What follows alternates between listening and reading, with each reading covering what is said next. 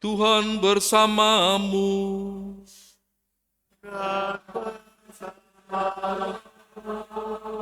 Inilah Injil suci menurut Markus.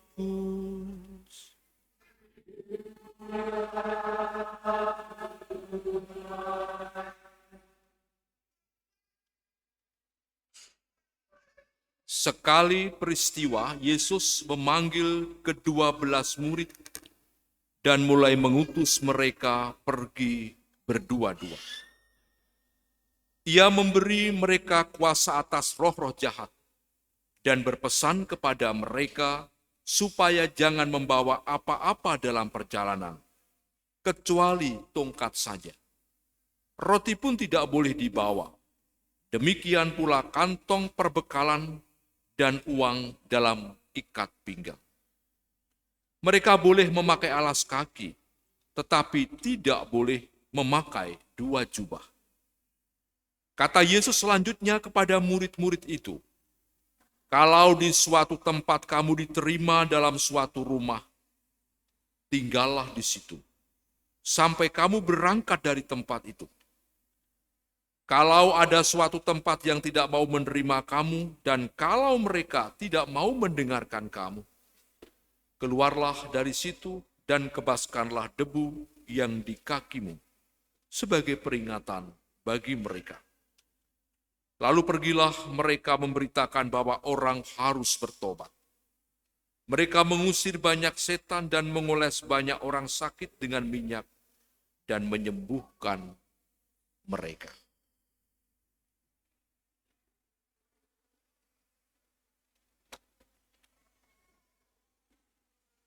Demikianlah sabda Tuhan.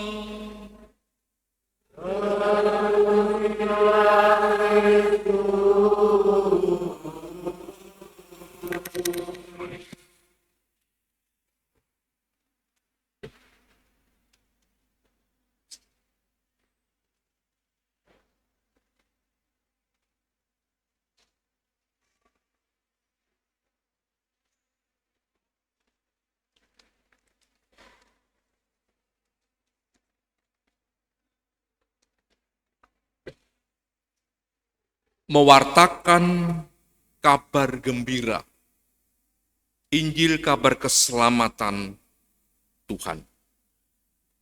Umat Allah terkasih, ada petuah kearifan yang mengatakan demikian.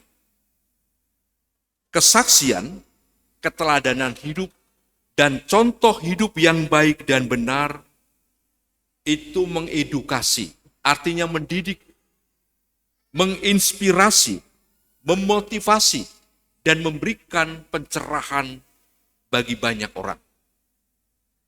Sedangkan kata-kata itu hanya bersifat mengajarkan.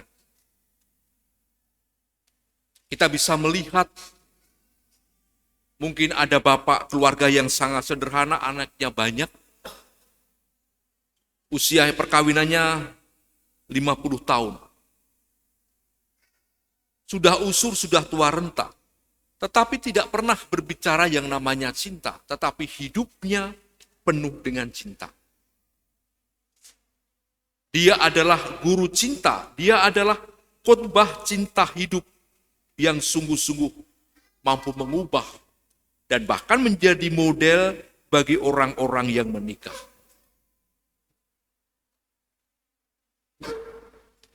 Yohanes Maria Vianney, seorang imam Ars, yang memang konon itu dinyatakan sebagai orang yang memang sangat sederhana. Pendidikannya nilainya pas-pasan, dan bahkan supaya tidak memperlakukan itu ditempatkan di tempat yang agak pelosok. Tetapi apa yang terjadi?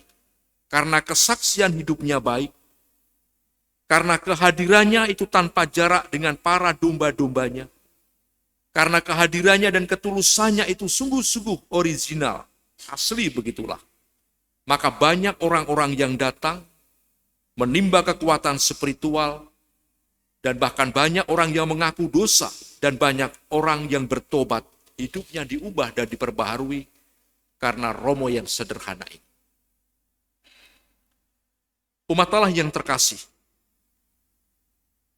kehidupan kita, kehidupan gereja, maupun kehidupan paroki, kehidupan lingkungan, kehidupan setasi, itu sangat ditentukan oleh penghayatan iman umat. Bagaimana umat itu menghayati Allah di dalam hidup. Juga ditentukan oleh para pemuka-pemuka agama, para pemimpin-pemimpin, termasuk para pastornya, pastor parokinya ada, pastor rekannya ada, dan seperti saya itu juga pastor administrator. Mungkin baru sekali mendengar pastor administrator. Keren ya namanya, administrator. Ini sangat ditentukan, jadi hidup berkembangnya, maju tidaknya gereja, lingkungan paroki, stasi, dan bahkan keluarga, sekali lagi, ditentukan bagaimana penghayatan iman kita kepada Dia. Bukan ditentukan fasilitasnya yang bagus, ya kan, ornamen-ornamennya yang bisa membuat orang terpesona, penuh dengan perlik-perlik yang begitu indah, lengkapnya fasilitas, kekuatan finansial yang begitu luar biasa. Tetapi sekali lagi sangat ditentukan penghayatan imannya. Apalah artinya semuanya menjadi serba beres secara finansial material, tanpa penghayatan, tanpa kesaksian, tanpa keteladanan, tanpa contoh hidup yang baik. Maka saya dan umat Allah yang ada di sini tanpa kecuali saya juga diajak seperti para murid. Bagaimana kita dalam mewartakan Injil itu mengimani Tuhan. Lalu selain daripada itu mengimani, lalu menghayati dan menghidupi. Jadi apa yang kita imani itu yang kita hayati. Itu yang kita hidupi. Dan apa yang kita hidupi, kita hayati, itulah yang kita wartakan. Dan apa yang kita wartakan, itulah yang kita lakukan, kita kerjakan. Jadi nyambung. Inilah kesaksian hidup yang diharapkan bisa mengubah, memperbaharui, dan membawa orang sampai kepada pertobatan dan juga pembaharuan, belas kasih dan berkat Tuhan di dalam hidup. Ini penting. Jadi contoh sederhana. Kalau saya berkhotbah atau berhomili tentang pengampunan, tentang belas kasih, bahwa belas kasih pengampunan itu esensi dari kasih sejati. Tetapi saya masih pendendam, tetapi masih saya gampang terluka, tetapi saya masih punya dendam kusumat. Itu berarti ada masalah yang tidak beres. Ada yang selek kurang lebih begitu. Ya, nggak nyambung. Maka orang akan mengecap, oh Romoro itu jarkoni. Iso ngajar, ora iso ngelakoni. Pandai mengajar tapi tidak pandai untuk melakukan. Atau gajah dibelangkoni. Pandai berkhotbah tetapi tidak pandai untuk menjalankan. Mungkin juga bapak ibu sama. Bapak berbicara tentang, nak, rajin ke gereja ya, rajin berdoa, rajin bersyukur karena hidup ini berasal dari dia, kembali kepada dia. Tetapi bapaknya sendiri jarang mungkin menyambangi gereja. Bapaknya sendiri jarang mempunyai waktu dan ruang untuk Allah. Maka ketika anaknya mendengar nasihat itu, Pak, prek. Karena membutuhkan keteladanan. Membutuhkan kesaksian, membutuhkan contoh hidup yang baik. Jangan-jangan capnya sama. Jarkoni atau gajah dibelangkoni tadi seperti itu. Tetapi kalau itu nyambung seperti yang saya katakan tadi, apa yang kita imani itu yang kita hidupi dan kita hayati, apa yang kita hidupi kita hayati itu yang kita wartakan, dan apa yang kita wartakan itu yang kita laksanakan, maka kata-kata kita itu menjadi penuh hikmat. Seperti para murid, tindakannya begitu mempesona. Karena apa? Bukan berasal dari dirinya kuasa itu, tetapi berasal dari Bapa yang telah mengutusnya. Maka hari ini tanpa ragu saya dan umat Allah diajak untuk sungguh-sungguh memiliki iman bahwa Tuhan itulah yang memanggil, memilih dan mengutus saya dan umat Allah di tempat ini untuk mewartakan kabar gembira sesuai dengan profesi dan panggilan masing-masing. Ada yang jadi guru, mewartakan Kristus di tengah para murid, kan gitu kan? Ada yang jadi pengusaha dan pedagang, mewartakan Kristus melalui dunia perdagangan. Bisa di situ. Ya, kalau ketemu dengan pembeli-pembeli yang kadang-kadang rewel kan, maunya harganya murah, nawarnya sampai lambenya itu turun gitu, akhirnya juga nggak jadi, ya kita hadapi juga dengan penuh sukacita. Seperti itu, ini juga contoh konkret. Ya. Umat Allah terkasih. Sekali lagi kita percaya bahwa Tuhan memilih dan memanggil kita. Dan memanggil memilih kita itu secara berdua-dua. Tuhan itu punya pesan. Roy, Bapak Ibu, saya punya maksud. Supaya dalam mewartakan kabar gembira, engkau saling menguatkan. Engkau saling mendoakan. Engkau saling menghibur. Engkau saling mengingatkan. Engkau bisa menjadi sahabat dalam perjalanan yang sungguh-sungguh. Ketika mungkin temannya agak sedikit nyeleweng, diingatkan supaya kembali kepada rel yang benar.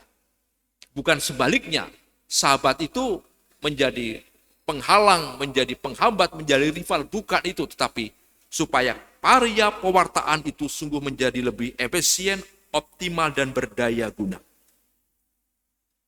Dan sebagai murid, Tuhan tadi juga meminta kepada kita, agar kita sungguh mau mengandalkan Dia. Bukan mengandalkan fasilitas, kekuatan finansial dan material, bukan. Penting, sangat penting. Ya kan? Gak mungkin ada pesta, gak ada duit kan, gitu kan. Tapi yang mau Tuhan, ketika aku mengutus memilih kamu, pertama-tama engkau harus mengandalkan aku. Karena aku manajernya, akulah tuannya. Dan kalau kita sudah mengimani Dia, mengandalkan Dia, menjadikan Dia segala-galanya, maka kita boleh mengatakan, kalau Tuhan mau, Tuhan bisa berbuat apa saja. Kalau Tuhan menghendaki, semuanya bisa terjadi. Inilah mengapa Tuhan meminta supaya engkau harus mengandalkan aku. Maka dia mengingatkan, jangan membawa apa tadi? Uang. Ya nanti kalau uangnya banyak, kalau berjuta-juta, pikirannya fashion, show, mall, kan gitu kan. Yuk kita ke mall dulu yuk. Tujuannya tugasnya nggak kesampaian, tapi mikirkan bagaimana menghabiskan uangnya itu di mall-mall atau di mana, mungkin di warung-warung, di kedai, di warung sate, dan sebagainya. Jangan juga bawa perbekalan di kantong, mungkin kantong semar kan, ada makannya di situ, lah ambil dulu dok, kebetulan ada pohon besar, sambil ngisis makan. Tugasnya nggak sampai, tujuannya nggak sampai, tapi justru terharang oleh ini. Roti tadi sama. Tetapi tongkat dan alas kaki boleh. Mengapa? Supaya perjalananmu jauh dan kamu bisa menebarkan jala kebaikan, semakin banyak orang yang boleh menerima berkat melalui jalan yang panjang yang kamu perjuangkan, yang kamu titi, yang kamu lewati itu. Itu maksudnya itu. Umat Allah yang terkasih, maka tandanya bahwa kita mewartakan Tuhan, tandanya bahwa kita itu yang kita wartakan adalah Kristus. Tandanya bahwa mewartakan kabar gembira itu berarti mewartakan kasih, mewartakan kebaikan, mewartakan cinta Tuhan. Indikator tandanya adalah yang pertama. Semakin banyak orang yang menerima pewartaan mengalami kasihnya. Hidupnya diubah dan diperbaharui. Berkat rahmat cinta Tuhan, belas kasihnya, itu sungguh begitu nyata. Semakin bersaudara, semakin berempati dan bersimpati kepada siapapun, semakin membuka diri bagi duka derita dan juga kesulitan bagi orang lain. Maka Paulus tadi kita dengar dalam bacaan yang kedua, apa yang telah kita diberikan oleh Tuhan dengan cuma-cuma, maka kita harus bagi dengan cuma-cuma juga. Tanda yang kedua, terciptanya suasana damai dan persaudaraan. Keguyupan satu sama lain. Orang menjadi kerasa. Orang menjadi aman dan nyaman dalam hidup. Tandanya bahwa kita mewartakan Kristus dan bukan mewartakan diri sendiri. Yang ketiga, membawa berkat dan menjadi berkat bagi banyak orang, seperti para murid, mengusir setan, menyembuhkan orang yang sakit, mencelikkan mata orang yang buta, kemudian menyembuhkan orang yang sakit, membangkitkan orang yang jatuh, dan sebagainya. Itu tandanya bahwa kita mewartakan Kristus dan membawa Kristus dalam kehidupan. Lalu yang keempat, sukacita, pengharapan, dan kebahagiaan itu mengiringi, mewarnai seluruh kehidupan kita.